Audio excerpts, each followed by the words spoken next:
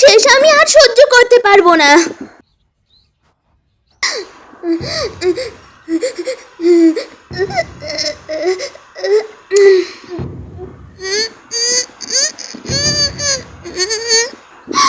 এটা অনেক ভালো।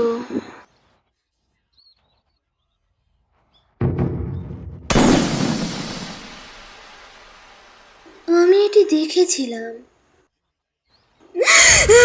আমি দেখেছিলাম তাকে কোনো দৈত্য আকৃতির কিছু চূর্ণ করে দিয়েছে।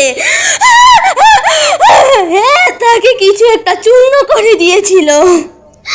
আমরা আগে এটি কেন বুঝতে পারিনি? আমরা দেরি করতে পারবো না, আসো।